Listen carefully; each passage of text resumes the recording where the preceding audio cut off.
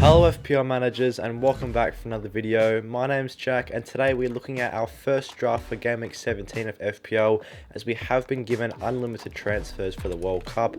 As always, drop a like and subscribe if you want to see more FPL content, as there is going to be lots in the build up to the start of the Premier League on the 26th of December, and click that notification bell to start today with all of the recent uploads. And with that being said, let's jump into the video. So let's have a look at the full 15-man squad ahead of Game Week 17. Of course, we do have unlimited transfers. There has been a few changes made to the team. Starting off in goals, we have gone with Danny Ward and Everson as the goalkeeping combination. A fairly obvious pick. A lot of people are going to be opting for Danny Ward as he is just £4.1 million. Very, very cheap goalkeeper. And he is getting great starting minutes for Leicester, and he's been absolutely superb recently with 5 clean sheets in his last 6 matches actually for Leicester. He has also just conceded the 1 goal in his last 6 games, which was 1 goal that Leicester did concede to Manchester City. So overall, a very, very strong defensive side recently. They did make quite a poor start from a defensive department at the beginning of the season, but they have recovered this very, very well recently. So I am happy with Danny Ward there. I don't really see too many better goalkeeping options or any reason to spend more on a goalkeeper when you've got a goalkeeper at such a cheap price, getting good starting minutes with decent fixtures coming up. Newcastle at home, obviously, in Game Week 17. And with 5 clean sheets in the last 6, I don't see any extra money being necessary to spend on the goalkeeper. Let's have a look at the 4 starting defenders now. Starting off with Kieran Trippier, he has been absolutely superb for Newcastle so far this season. Looking back at his games, he has played 15 matches across the year and has actually provided returns in 12 out of these 15 matches, which is absolutely massive. And he has also become the 3rd highest scoring player in FPL in general, let alone being the highest scoring defender. So I do think he is a 100% absolutely necessary pick to have in the team. Such a great value pick right now at his price, and obviously being one of the highest scoring players in FPL, there's no reason to look elsewhere with Kieran Trippier. Has a great balance of clean sheet and attacking potential as he gets forward, gets those corners and free kick contributions as well. So he's an absolutely superb pick to have in the team and one of my favourite players in FPL right now. Moving on to João Cancelo, his form has slightly dipped recently, but there's no way that I'm fading João Cancelo. He has provided 2 goals and 2 assists so far this season, which he has accompanied with 6 clean sheets for Manchester City. He is also the 4th highest scoring defender, but we know how good he can be when he's at his very best for Manchester City. And with some decent fixtures coming up as well, with Leeds away and then Everton at home, I do expect the City defender to get back getting those clean sheets for Manchester City. Of course, he does get forward as well, can chip in with those goals and assists, and he has had a pretty decent rest period after the World Cup, as Portugal did get eliminated in the quarterfinals, so he should be good and ready to go for Game Week 17 for Manchester City. So definitely excited to see what Cancelo can provide for them. Ben White here is a slightly differential pick we have gone with in defense. He's just got a 10% ownership right now, which is fairly low compared to some of the other defensive assets in the game. He has been very, very good recently, actually, as in his last 5 games, he has provided 4 clean sheets and 1 assist, actually returning in each of his last 5. So definitely a great value player at around 4.7 to 4.8 million pounds right now. And Arsenal's defence has been absolutely superb this season, and with some good fixtures coming up as well with West Ham at home in Game Week 17. I really like Ben White. Also, he does rotate very well with the next defender on this list in Reece James. He has got Bournemouth at home this week, with which is a very, very good fixture. And he does have some pretty good fixtures in general coming up over the next 7 to 8 game weeks, barring a couple of tricky ones against Liverpool and Manchester City, but you can bench him for these games and then start Ben White, and then I'll show you a couple of other players that we're looking to rotate in and out of the squads during those game weeks coming up in the video. But I do really like Reece James. He has been pretty productive in his 6 starts for Chelsea so far, with 1 goal, 1 assist and 1 clean sheet, obviously providing a return in 50% of his games, which is not too bad. We have seen him become a lot more productive recently in the last couple of seasons for Chelsea, so if we can recapture some of that form, I'm sure he could prove to be a very nice FPL asset, and a decent differential as well, as his ownership has dropped below 20%, so it could be a very nice pick that could see the rank rise in the coming game weeks. in FPL. Moving on to the three midfielders, we have opted with a fairly typical and template midfield right now. It is Almiron, De Bruyne and Martinelli as the starting three midfielders. Almiron has been an absolutely superb form for Newcastle. I was a bit hesitant jumping on him when he was in his good form patch because I wasn't sure he was going to be able to keep it going. But right now at £5.8 million, I don't see too many better midfielder picks at his price. Of course, with Leicester away as well coming up, could be a great opportunity for Almiron to continue his good goal-scoring form. Actually, having a look at some of his stats in his last 8 games, he has provided 7 returns in his last 8 with 7 goals and 2 assists over this period, amassing 71 total points in his last 8 games for Newcastle. This is obviously an absolutely monstrous output. Of course, I don't expect him to continue this amazing run of form for Newcastle, but if he can still average, around 50% returns, or a return, every 2 games for Newcastle, that's definitely plenty for a player of his price. So I'm very, very happy to have Almiron in the team. He is also quite a popular pick right now with an ownership of around 35%, which actually makes him one of the highest owned midfielders right now in FPL, but definitely happy to have him in the team.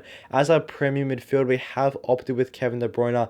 Definitely going to be interesting to see what managers choose between De Bruyne and Salah, as I do think this is one of the biggest, two of the highest ownership players and one of the biggest decisions that FPL managers are going to have to make in terms of what premium to opt for in the midfield. And right now we have gone with De Bruyne. He has been absolutely superb this season. 3 goals and 10 assists for Manchester City. He's also provided 2 goals and 1 assist in his last 4 matches, recording 29 points over this period. And another good thing with De Bruyne was that he provided a goal and an assist in Man City's recent practice match against Girona. So he is providing those returns for Manchester City. After not having a great World Cup for Belgium, he definitely does get involved for his club in Man City. So I do really, really like De Bruyne. Obviously also being the second highest scoring midfielder as well with 90 FPL points. I don't see him going anywhere in the team. Obviously I do see a case for Mo Salah as well, and I think they are both very, very good options. But at this current point in time, I have opted for Kevin De Bruyne, as he does seem to be the more consistent of the performers so far this season. Moving on to Gabriel Martinelli, another player that's been absolutely superb and great value as well. Starting at just £6 million this season in FPL, his price has risen quite a bit, but Arsenal do have some good fixtures coming up with West Ham at home. He has also carried some decent form into this break for the World Cup, with 2 returns in his last 3, making that 1 goal and 1 assist. So I am very happy to have Martinelli in the team. I still think he's a great value midfielder between that £6 to £7 million price tag. I don't see there being too many better value options besides him and Almiron right now, so I am very happy with this Martinelli pick. Looking to the forwards now, we have opted for 3 starting forwards for Game Week 17 in Haaland, Kane and Mitrovic.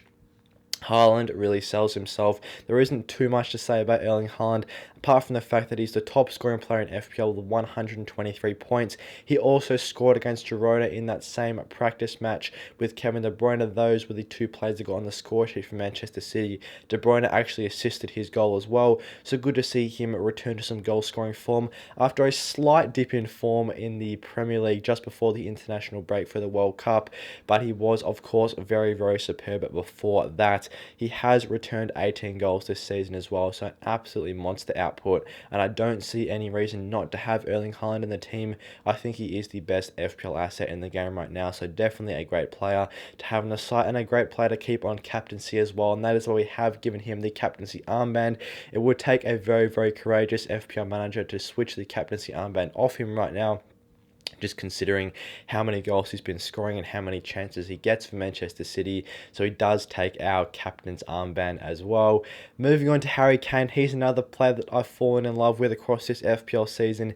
He's been so good for us, providing returns in nearly every game for us since we brought him in. In fact, he's returned in 12 out of 15 games so far this season, which is an absolutely superb output of FPL points. He has recorded 12 goals and 3 assists across the season, and he's also coming off a double-digit return in Game Week 16 as well, He was able to pick up 11 points in that game against Liverpool, and Tottenham still have a couple of decent fixtures coming up before their fixtures do take a slight turn for the worst. But right now, with Harry Kane's great form, I don't see me picking any other premium over him. We could opt to go for Mo Salah as a second premium in midfield over Harry Kane, but right now I still do prefer Harry Kane between him and Salah at the minute. Obviously, Brentford as his next fixture, a great chance for more goals for Harry Kane, as Brentford's defence hasn't been the best so far this season, and Harry Kane does have one of the highest XGs out of any player as well. So very happy to have Harry Kane in the team, completing the triple premiums that we do have in midfield and attack. And then to round out the third forward spot, we have opted with Alexander Mitrovic. This was definitely a toss-up between him and a couple of other players, but I still like Mitrovic here. He started the season very, very strong, went through a slight lull in form, but then it did find some form before missing out the last few games before the World Cup break. And in his last 4 starts, actually, he did record 3 goals for Fulham, making it 9 goals on the season, which does put him as the 6th highest scoring forward at FPL right now. So still a decent value player at just around £6 to £7 million right now in FPL, and probably is my favourite third starting forward option if you are looking for those 2 premium forwards in Haaland and Kane at the minute. Mitrovic does have some decent fixtures coming up as well, obviously with Crystal Palace as his next fixture, then has Southampton and Leicester after that, so definitely a great chance for Mitrovic to continue this good goal scoring form, of course with 3 goals in his last 4 starts for Fulham. Looking across to the bench now, Everson, of course, as we touched on, is the sub goalkeeper, obviously the backup for Danny Ward, so if Ward doesn't start, Everson is going to be there as well to capitalise on those Leicester clean sheets, as of course with 5 clean sheets in the last 6 games, they have been a very strong defensive outfit recently. And then a player that I'm really happy to have in the team is Rodrigo here. He does currently sit on the bench, but I play with just an 8% ownership right now, which could be a seriously overlooked asset in midfield from now all the way up until Game Week 25. As in fact, after this match in Game Week 17 against Manchester City, from Game Weeks 18 through 25, Leeds have 0 matches with an FDI rating of over 3. So some absolutely superb fixtures from now until Game Week 25. I do really like Rodrigo here as an asset that can rotate in and out of the side. We did touch on Reece James having a couple of tricky fixtures with Liverpool and Manchester City coming up. I do think Rodrigo's a great player to come into the side instead of Reece James for those games, and Ben White of course does alternate very well with those Chelsea fixtures in terms of those clean sheets that we can capitalise on. We can start Ben White and then bench Reece James for those fixtures, bring Rodrigo into the team. I do think that is a formation and rotation that could work very, very well for this side. Rodrigo is also carrying in some great form to this World Cup break. He produced 5 goals in his last 4 matches for Leeds, so definitely a great goal scoring output. 9 goals and 1 assist across the season, so definitely good form across the year. He's getting into great positions and he should be getting good starting minutes, even with Paddy Bamford coming back into that Leeds team. I still like Rodrigo for great starting minutes and more goals, and a great differential option to have in midfield as well. With just an 8% ownership right now, he could be a superb pick. Andreas Pereira does come in at the second bench slot as well for the outfield players. I don't see him changing either, as starting at £4.5 million at the beginning of the season, he was one of the best value players at this price. Of course, he is getting consistent starting minutes for Fulham and has chipped in with a couple of attacking returns across the season. Definitely a great pick to have at this price, and I would encourage everyone to have Andreas Pereira in the teams, as he does allow lots of money to be spent elsewhere in the squad and a great bench depth player. And then as the third bench slot, we have gone with Bueno. We are just 0.1 short of either Patterson or Nico Williams, and that's why we have opted with Bueno here. He has actually started Wolves' last 5 games in a row. Whether this is going to continue after some Wolves players do return from injury after the World Cup, we'll have to see. But right now at £3.9 million, if he can continue to get starts for Wolves, he could be a very nice pick. He also did chip in with an attacking return for Wolves against Crystal Palace, when he did have that run of 5 starts for Wolves there. So I do like him at 3.9. He's probably the best player at this price for defenders. Obviously, I would prefer either Patterson or Nico Williams, but right now, Bueno at 3.9, not the worst pick, but this is definitely a player that could change depending on whether those Wolves players coming back from injury do take his spot in their side. Let's just quickly have a look at some team information here. The squad value for this team is 102.4. We don't have any money left in the bank, as of course, course, after a few changes made, this has taken the rest of the money out of the bank with triple premiums obviously in the team. Looking at our overall rank as well, it's not too bad right now, sitting at around 685k, which is pretty decent. There has been a lot of unexpected players pop out here as one of the some of the better FPL assets this season. That's probably why the lower rank, there's a lot of lower ranks for a couple of the other better managers as well so far this season. But of course, we are looking to push deep into the top 100k in the second half of the year, and I am definitely excited to have the Premier League back and see how FPL unfolds across the last 17 to 18 game weeks of the season. And I'm very, very excited to see what this team can produce, especially over the next couple of game weeks, of course, before we do get that second wild card, or we activate that second wild card, as that is definitely something that we have to consider as well. So thanks for watching today's first draft for Game Week 17 of FPL. We do have, of course, unlimited transfers this week. If you guys are excited for more FPL videos, drop a like and subscribe, as there is going to be plenty of FPL stuff coming your guys' way shortly. So with that being said, click the notification bell as well so you don't miss any FPL content coming up shortly. And as always, I'll see you guys in the next one.